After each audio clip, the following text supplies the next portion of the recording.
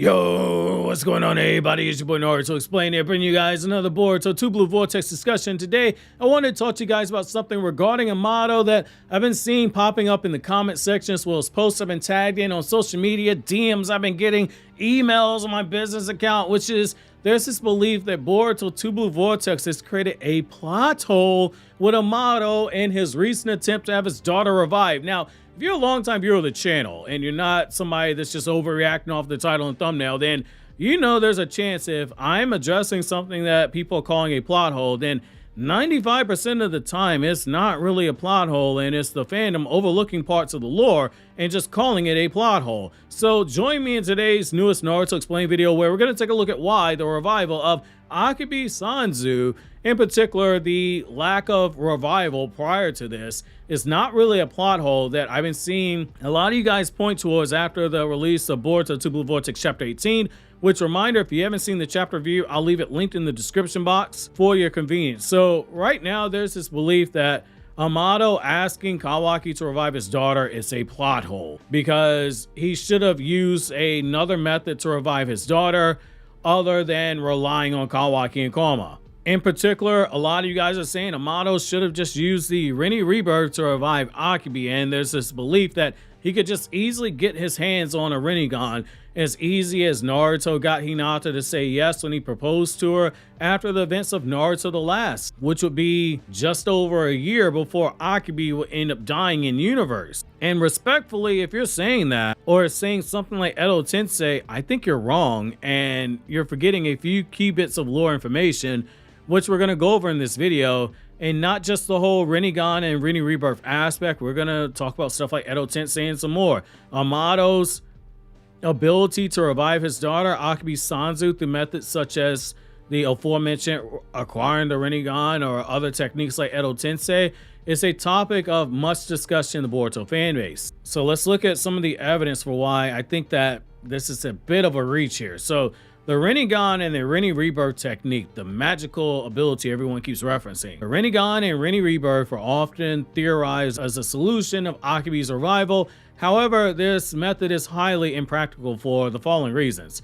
Number one, obtaining a Rinnegan. So the requirements to obtain the Rinnegan through natural means, if you're not an Otsutsuki, are getting it directly from Hagoromo Otsutsuki or combining the chakra of Ashura and Inja, in particular the reincarnates. So this would be Naruto and Sasuke in the current era. Amado had no access to these resources when Akebi died 17 years ago in the timeline. At that point in time, Naruto and Sasuke, they were 19 years old and they're uniquely unaware of the Otsutsuki clan having a broader presence outside of Toneri. Sasuke had suspicions, Naruto had fears, but neither of them had gone through exploration, especially Sasuke.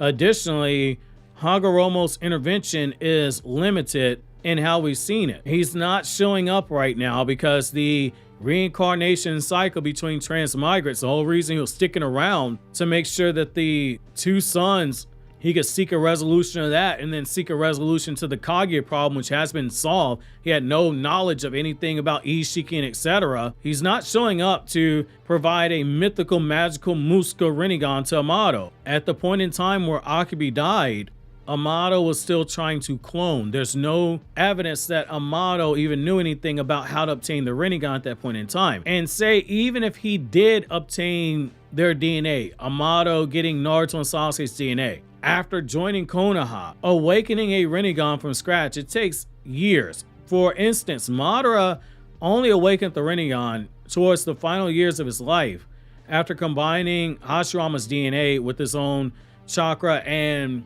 that's how he ended up getting it. And that's decades, at a bare minimum 2 decades based on the timeline, because Madara gave Nagato his Rinnegan during the Second Great Ninja War and he died during the Third Ninja War. You also have time constraints that would render this method completely useless, because again, you have a potential scientific creation of a Rinnegan that people point to. So creating a Rinnegan scientifically, in my opinion, it is well beyond Amado's capabilities. You might say, wait a second, Rinnegan came before all these other things like senrigan, etc. So let me explain what I mean. So while Amado has this demonstrated extraordinary skill with ninja tech and genetic engineering, no scientist has fully successfully replicated dojutsu through artificial means. Key evidence that we've seen has been with Orochimaru's failures. So Orochimaru had previously attempted to artificially recreate a Sharingan by experimenting on a Sand Village shinobi called Shijima, which I've covered in a whole video.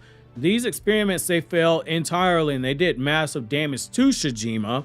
He had partial success with Shin Uchiha, but that's debatable when you look at it because Shin Sharingan, it was always active. It was not a natural Sharingan in the sense that we never see him turn it off per se. Because he lacked the ability to turn off those Sharingans, it is a sign of it being incomplete and flawed in terms of replication process.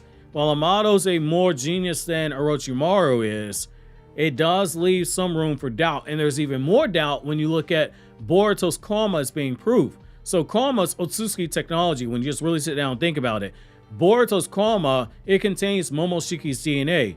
Yet Boruto has not manifested Momoshiki's Rinnegan despite Momoshiki possessing one. This demonstrates that even with the DNA of an Otsutsuki that has a Rinnegan embedded in the vessel, even the Rinnegan cannot be reproduced in those methods. If an Otsutsuki essence cannot guarantee the manifestation of a Rinnegan, it's highly improbable that Amado, a human scientist who has shown that while he knows a lot about the Otsutsuki clan, there are still things that he is lacking in knowledge of. It's highly doubtable that he would be able to create such a thing artificially like people are suggesting. You also have Shibai's DNA. It's useless for this purpose. While Amado has access to Shibai's DNA, it would be worth noting that Shibai was never depicted with a Rinnegan. Furthermore, the manifestation of Shinjutsu abilities, it is unpredictable and it is random, making Shibai's DNA unreliable in terms of a source for reviving Akebei if you want a Rinnegan. In my opinion, karma, it is the only true viable method that he could use. Karma serves as the most plausible method for reviving Akebei because it directly addresses the limitations that are imposed by the other options. Someone like Amado would have considered the Rinnegan before now. Karma contains the soul's blueprint when you look at it. Amado's plan, it involves embedding Akebei's genetic data into Kawaki's karma seal and then having that karma seal placed on a clone of Akebei. Unlike Edot Tensei, karma does not rely on the Pure Land or the presence of the original soul itself. It relies solely on data, the genetic blueprint of the individual to recreate their entire being, including their mind, consciousness, and soul. Karma's success with Otsutsuki, that is why Amado's fascinated with it. The Otsutsuki have demonstrated the efficacy of karma by resurrecting themselves and basically cheating death. Ishiki successfully attempted this with Kawaki, but never took advantage of this because Jigen was killed before and he couldn't implant another karma on the Kawaki before he died. And Momoshiki's essence, it still resides in Boruto, even though Momoshiki cannot resurrect using Boruto's body, but he still shares a body with Boruto because his soul's attached to Boruto, his container. While Amado's application of karma for Akebei is unprecedented in what he's trying, it is consistent with the known functionality of karma itself. To restate, I'll say this before going further into Edot Tensei and some more jutsu people bring up. Amado's inability to revive Akebei through other means such as Rinnegan, it is rooted in both logistical and conceptual barriers. The Rinnegan is almost impossible to obtain due to the strict requirements and the failure of scientific attempts to replicate dojutsu, from Orochimaru getting close but not a full cookie with Shin Uchiha, to what we saw in Sakura Hiden with some of the Anbu that were trying to recreate Sasuke's Sharingan and Rinnegan. You also have to look at the possibility that, again, Boruto has the inability to manifest a Rinnegan. If that ever changes in the future, then you can revisit this conversation. And that's despite Boruto having Momoshiki's DNA, proving that even the most advanced forms of genetic engineering cannot recreate a Rinnegan functionally or artificially. If it was possible, Amado would have done it with Sasuke after he lost the Rinnegan.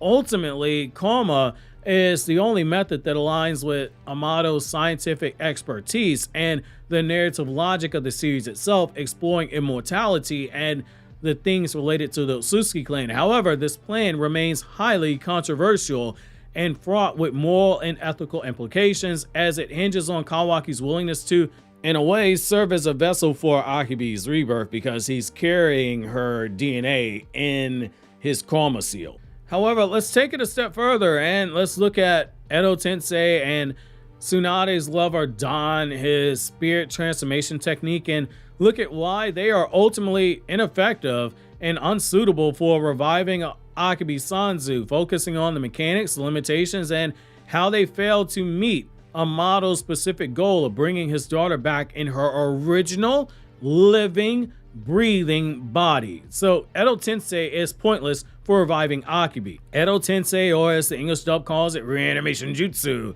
is a powerful jutsu, but it does not align with Amado's goals and circumstances. Here's why. So first of all, Edot Tensei's mechanics is a problem. To perform Edot Tensei, the soul of the deceased must still exist in the Pure Land. Amado has said that she's dead, so we can assume that her soul is in the Pure Land. If we assume that the meaning of the last name Sanzu is a reference for the Japanese river of the afterlife, and potentially limbo, where souls of children are stuck until they are guided to peace. If we assume this doesn't apply to her and that she's not in limbo, you still run into issues here because of the host body requirement. Edot Tensei also requires a living body to act as a vessel for the summoned soul. This vessel is covered in ash and transformed into the likeness of the deceased, retaining their abilities and personality. This would require somebody signing off on Amado performing a forbidden jutsu like this, that once the jutsu's undone, and even if it isn't undone, you're basically stealing another person's life. And as we've seen with Konoha, there is a moral conundrum when it comes to how they view clone. The other issue that you run into is that the reanimated body is still dead when you look at it. Edot Tensei does not bring someone back to life in, say, the true sense of the word. The individual remains a living corpse with a body sustained by the jutsu itself, not by natural biological methods per se. They are incapable of growing, of aging, and experiencing life as a normal human. This directly contradicts Amado's wish to have Akebei back as a living, breathing human being. That's Amado's true goal of revival. His entire motivation is to restore Akebei in her original form, alive and capable of living a normal life. Otherwise, he would have been happy with the clones that he's been making. He wants her personality in a living, breathing body. Edot Tensei's nature as a technique for creating undead beings, it completely negates this purpose. There are other practical barriers with it too. Even if, say, Amado was willing to compromise his goal, which he isn't, he faces these barriers. It's a forbidden jutsu created by Tobirama Senju and perfected by Orochimaru and Kabuto. It is a highly classified technique. There's no evidence that Amado has access to the necessary scrolls or knowledge to perform it, and most importantly, the information, it would have to be given to him unless Amado got it off screen. Then you run into the question, can a clone even suffice for this? Because you get into the whole question of, do clones have a soul? That's something that Boruto's anime was exploring with Mitsuki, and with the fabrications that you had in the Hidden Stone Village when Inoki was doing the things that he was doing. Amado is also someone who is not a shinobi. Edot Tensei is an extremely advanced jutsu that requires significant chakra control, and knowledge of shinobi technique. A scientist like Amado, he's going to lack the ability to perform a jutsu, and that's irrelevant because the body of Edot Tensei is literally dead, which that's not what he wants. Unless we're going with the assumption that, hey, Amado is really somebody with massive chakra reserves, he's willing to Otsutsuki, Amado's not going to be able to perform the jutsu. You also have to look at Don's spirit transformation technique and why that won't work. This technique is another method that people often speculate with as a measure for reviving Akebei. However, the jutsu also fails for several key reasons. The mechanics of the spirit transformation technique. The technique itself allows the user, their spirit, to leave the body and possess another living being, another living person's body. This possession can only be sustained for a limited time, and the user returns to their original body afterwards. If the user's original body is destroyed while they're possessing the other, then you could argue they would die permanently as well. Akebei is not a shinobi, and that's important to take note of because this isn't some run-of-the-mill jutsu. You know how they give classifications to different jutsu? This isn't some E-rank jutsu that you teach at the academy. This is S rank. So this is the highest form of difficulty for jutsu to learn. It requires advanced chakra control and mastery of complex techniques. Akebei, by not being a shinobi and not having chakra training, it makes her impossible for her to learn and perform such a complex jutsu. And if she does learn it, it's going to take a long ass time. It's unconfirmed whether or not there's even the availability of the technique, because Don was the only known user of this technique. It is unclear whether or not this jutsu was ever recorded in a scroll or passed down to anyone else. Even if it was documented, the likelihood of Amado obtaining it is extremely slim. It also defeats the purpose of Amado's goal. It's a temporary and it's a conditional possession. The jutsu does not grant a true revival, but instead allows a temporary possession of another body. This would mean that Akebei could only exist constantly using the spirit transformation technique.